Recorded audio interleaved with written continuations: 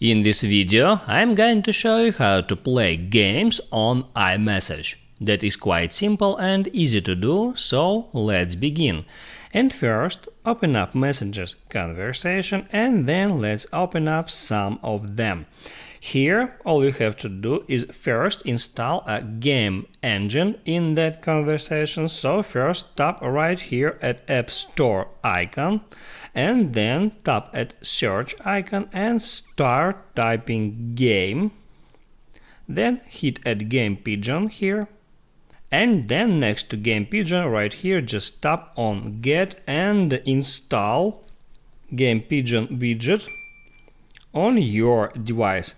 Then wait until download process is complete, and when it's done you can close this window, and from here now you can drag this toolbar until you find Game Pigeon. You can just tap on that, and from here you can select any game that you would like. Let it be 8-ball, and then I can send this kind of game message to my recipient, and then I can tap at that play button to start playing snooker with my opponent.